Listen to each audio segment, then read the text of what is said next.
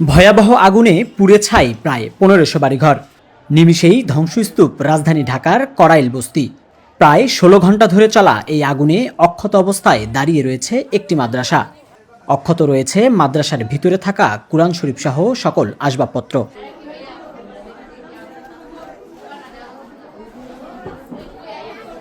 মাদ্রাসার আশেপাশে থাকা বাড়িঘরও পুড়ে ছাই।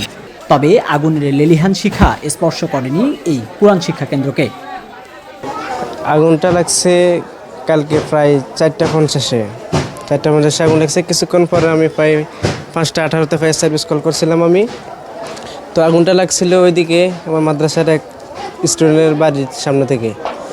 তো লাগার পরে অনেকক্ষণ ছিল, প্রায় মাগরিব পর্যন্ত ওখান থেকে ছিল। তারপরে ফায়ার সার্ভিস আসলো, মাগরিবের কাছাকাছি সময়ে ফায়ার সার্ভিস আসলো। তারপরে ওদের অক্লান্ত চেষ্টায় পুরোপুরি নিয়ন্ত্রণে আসতে পারে না। অনেক সময় লাগছে, প্রায় 5.5 ঘন্টার মতো সময় লাগছে যে নিয়ন্ত্রণে আসতে।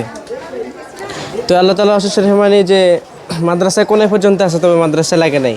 এসে আল্লাহ তাআলার কাছে লাখ কোটি শুকরিয়া, মাদ্রাসায় কোনো ক্ষয়ক্ষতি হয় না, এটাই। মঙ্গলবার বিকেলে জনবসতিপূর্ণ এই বস্তিতে আগুন লাগার খবর পায় ফায়ার সার্ভিস। একে একে 19টি ইউনিট যোগ দেয় আগুন নিয়ন্ত্রণে। এর প্রায় 5 ঘন্টা পর আগুন নিয়ন্ত্রণে আনার খবর নিশ্চিত করে ফায়ার সার্ভিস। তবে বাস্তুহারা হয়েছেন হাজারের অধিক পরিবার। অনেকে হারিয়েছেন মাথা গোঁজার শেষ ঠাঁইটুকু। বুধবার দুপুরে ধ্বংসস্তূপে পরিণত হওয়া বস্তি ঘুরে দেখা যায় ঘরবাড়ি ও জিনিসপত্র পোড়া ছায়ের স্তূপে জমে আছে। তবে দাঁড়িয়ে আছে টিনে ঘেরা একটি মাদ্রাসা, যা অবাক করেছে সকলকে। মাদ্রাসার চারপাশে থাকা বাড়িঘরও পুড়ে মাটিতে মিশে গেছে।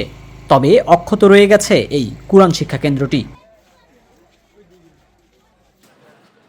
লোটাস আহমেদ, নয়া দিগন্ত।